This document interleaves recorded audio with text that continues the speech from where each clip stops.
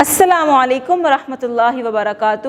Javed publishers میں خوش آمدید۔ آج ہم پڑھیں گے کڈس اسلامیات برائے جماعت پنجم باب پنجم حسن معاشرت اور معاملات کا سبق نمبر 2، جس کا عنوان ہے اسلامی اخوت۔ تو اس سبق کو پڑھنے کے لیے ہم چلتے ہیں کتاب کے صفحہ نمبر 64 یعنی 64 پر۔ حاصلات تعلم۔ اس سبق کو پڑھنے کے بعد طلباء اس قابل ہو جائیں گے کہ وہ قرآن و سنت کی روشنی میں اسلامی اخوت کے معنی اور مفہوم کو جان سکیں، اسلامی اخوت کی اہمیت کو جان سکیں، اسلامی اخوت کے فوائد سے آگاہ ہو سکیں اور روزمرہ زندگی میں اخوت و بھائی چارے کی فضا قائم کر سکیں۔ حضرت محمد رسول اللہ خاتم النبیین صلی اللہ علیہ وآلہ آلہ وسلم کے اسوہ حسنہ اور سیرت صحابہ کرام رضی اللہ تعالی عنہم اجمعین سے اخوت کے واقعات جان سکیں۔ اخوت کا مطلب ہے بھائی چارہ۔ اسلامی اخوت سے مراد یہ ہے کہ دنیا بھر کے مسلمان آپس میں بھائی بھائی ہیں۔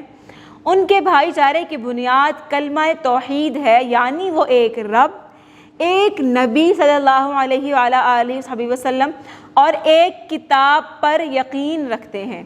اب بھائی چارہ سارے مسلمانوں کے درمیان کیوں قائم کیا جائے، یہ ایک سوال قائم پیدا ہوتا ہے۔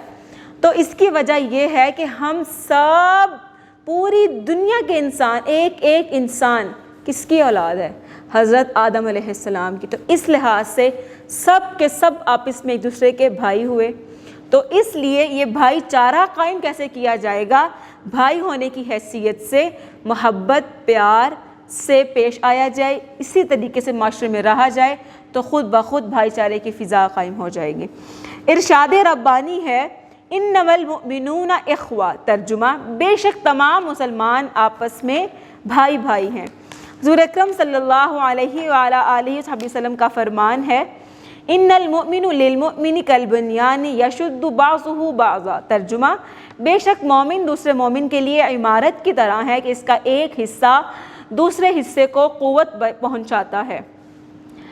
وطن، قوم، رنگ، نسل، زبان یا کسی اور بنیاد پر کسی کو کسی پر فوقیت حاصل نہیں، فوقیت کی بنیاد صرف تقوی ہے۔ اسلام میں اخوت کی بنیاد صرف اسلام اور ایمان کو قرار دیا گیا ہے۔ تقوی کیا ہے؟ دین پر عمل کرنا، اللہ سے ڈرنا، اللہ کا خوف، اللہ کے خوف کی وجہ سے دین پر چلنا تقوی ہے۔ اللہ کے نزدیک کسی کو اللہ کو کیا لگے کسی کا رنگ گورا ہے تو اس کو میں جنت میں بھیج دوں، اس کا قد لمبا ہے تو اس کو میں جنت میں بھیج دوں، اور یہ فلاں قبیلے سے ہے، یہ فلاں ذات سے ہے، اس کو میں جنت میں بھیج دوں، یہ فلاں نسل کا آدمی ہے اس کو جنت میں بھیج دوں، یہ اتنا خوبصورت ہے، یہ اتنا بدصورت ہے اس کو میں جہنم میں بھیج دوں۔ اس سے اللہ تعالیٰ کا کوئی واسطہ نہیں۔ یہ سارے معاملات صرف اور صرف دنیا کے ہیں۔ اگر اللہ کے ہاں کوئی چیز کام آئے گی تو اللہ تعالیٰ سے ڈرنا، نیک کام کرنا تقویٰ کی بنیاد ہوگی صرف اور صرف۔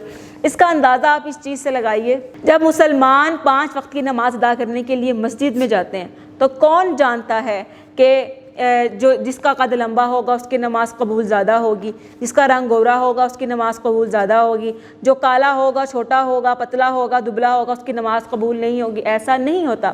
اللہ کے نزدیک جو جتنا اللہ کے ڈر سے نماز پڑھے گا، جتنا اس میں اللہ کا خوف ہوگا، اس کی عبادات اتنی قبول ہوں گی، وہ اللہ کے ہاں اتنا اچھا ہوگا۔ حضور صلی اللہ علیہ وآلہ آلہ وسلم نے اخوت کی بہترین مثال ہجرت مدینہ کے موقع پر قائم کی۔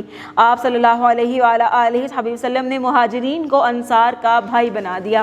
ہم نے پڑھا تھا، ہم پڑھ چکے ہیں مواخات یعنی بھائی چارہ آپ صلی اللہ علیہ وسلم نے کس طرح قائم کیا۔ ایک مہاجر کا ایک انصار کا، دونوں کے ہاتھ ایک دوسرے کے ہاتھ میں دیے اور کہا کہ آج سے تم بھائی بھائی ہو۔ تو انہوں نے بھائی ہونے کا کس طریقے سے پھر جواب دیا کہ وہ ایک دوسرے کے اوپر اپنا جان مال سب کچھ قربان کرنے کے لیے تیار ہو گئے، بلکہ کر بھی دیا۔ اس طریقے کا بھائی چارہ اگر آج بھی قائم ہو جائے تو یہ معاشرہ بھی ایک بہترین معاشرہ بن جائے گا۔ مواخات مدینہ قیامت تک کے مسلمانوں کے لیے اخوت کی بہترین مثال ہے۔ آپ صلی اللہ علیہ وآلہ وسلم کے قائم کردہ اس بھائی چارے کے رشتے کی بدولت ہی حضرت بلال رضی اللہ تعالی عنہ کو میرے آقا اور میرے سردار کہا گیا۔ حضرت بلال رضی اللہ تعالیٰ عنہ کی بہترین مثال ہے کہ وہ ان کے بارے میں کہا جاتا ہے کہ ان کا رنگ بھی کچھ کالا تھا اور ان کا قد بھی چھوٹا تھا، جسم بھی تھوڑا سا دبلا نہیں تھا، بہت تھوڑا سا ہیلدی تھا، اور ہونٹ بھی ان کے تھوڑے موٹے تھے، رنگ کے بھی وہ صاف نہیں تھے، لیکن پھر بھی جنت میں ان کے قدموں کی آواز آپ صلی اللہ علیہ وسلم نے سنی، لوگوں نے ان کو میرے آقا میرے سردار کہہ کے پکارا۔ کیا وجہ تھی؟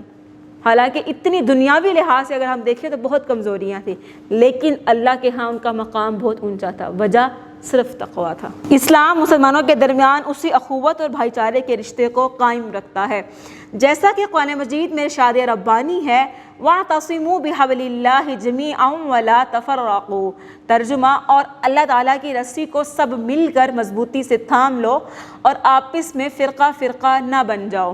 اسلامی عبادات اخوت کے رشتے کو مزید مضبوط کرتی ہے۔ مثال کے طور پر مسلمان 5 وقت نماز کے لیے مسجد میں اکٹھے ہوتے ہیں، وہ جہاں اللہ کی عبادت کرتے ہیں وہیں ایک دوسرے کے حال احوال سے بھی واقف ہوتے ہیں، ان کو ایک دوسرے کے دکھ درد اور غمی خوشی سے آگاہی ملتی ہے۔ نماز میں اکٹھے ہونے کے ساتھ ساتھ ان کو اخوت کا جذبہ کیسے پیدا ہوتا ہے؟ جب نماز کے لیے 5 وقت مسجد میں جاتے ہیں، نماز پڑھنے کے بعد ایک دوسرے سے سلام، حال چال، اگر کوئی دکھ ہے، پریشان ہے تو مسجد میں جمع ہونے کی وجہ سے ان کو ان کی پریشانی کا بھی پتہ چل جاتا ہے، وہ ایک دوسرے کے دکھ درد میں شریک ہو جاتے ہیں، ایک دوسرے کے حال پوچھ لیتے ہیں، مدد کر دیتے ہیں، ایک نیکی کے ساتھ مزید نیکیاں کرنے کا موقع مل جاتا ہے، اسی کو بھائی چارہ کہتے ہیں۔ اسی طرح کیا آپ جانتے ہیں مسلمان وہ ہے جس کی زبان اور ہاتھ سے دوسرا مسلمان محفوظ رہے؟ یہ بھائی چارے کی سب سے ادنا مثال ہے کہ اگر آپ کسی کی مدد نہیں کر سکتے تو کم از کم کسی کو تکلیف نہ دو۔ زبان سے تکلیف اور ہاتھ سے، زبان سے کیسے تکلیف دی جائے گی؟ زبان سے گالی نکال کر، بلا بلا کہہ کے، تانے دے کے اور جھوٹ بول کے اور کسی کے خلاف باتیں کر کے، غیبت کر کے، چغلی کر کے، تہمت لگا کے۔ ہاتھ سے تکلیف کیسے دی جائے گی؟ مار کے، پیٹ کے، تکلیف دے کے، اس طریقے سے ہاتھ سے۔ تو مسلمان کے بھائی چارے کا کم از کم درجہ ہے کہ وہ اپنے زبان اور ہاتھ کو کسی دوسرے مسلمان کے لیے محفوظ رکھے۔ اسی طرح حج کے موقع پر دنیا بھر کے مسلمان کئی رنگ و نسل کے تفریق کے بغیر ایک ہی سفید لباس میں مناسک حج ادا کرتے نظر آتے ہیں۔ وہاں ہر قسم کی تفریق مٹ جاتی ہے اور اخوت اسلامی کا حسین نظارہ ہوتا ہے۔ اخوت اسلامی کے فوائد: اخوت سے اللہ تعالیٰ کی خوشنودی حاصل ہوتی ہے۔ اخوت مسلمانوں کے درمیان اتفاق اور اتحاد کی علامت ہے۔ اخوت کی بدولت مسلمانوں میں ایک دوسرے کی مدد کرنے اور دکھ درد بانٹنے کا جذبہ پیدا ہوتا ہے۔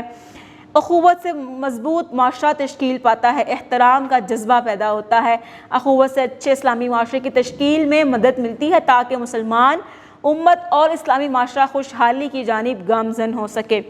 ہمیں بطور مسلمان اور بطور پاکستانی اخوت کا مظاہرہ کرنا چاہیے۔ اسی کے ساتھ مجھے دیجیے اجازت، اپنا بہت سارا خیال رکھیے گا، اپنی دعاؤں میں یاد رکھیے گا۔ مزید ویڈیوز دیکھنے کے لیے جڑے رہیں بولتی کتابوں کے ساتھ۔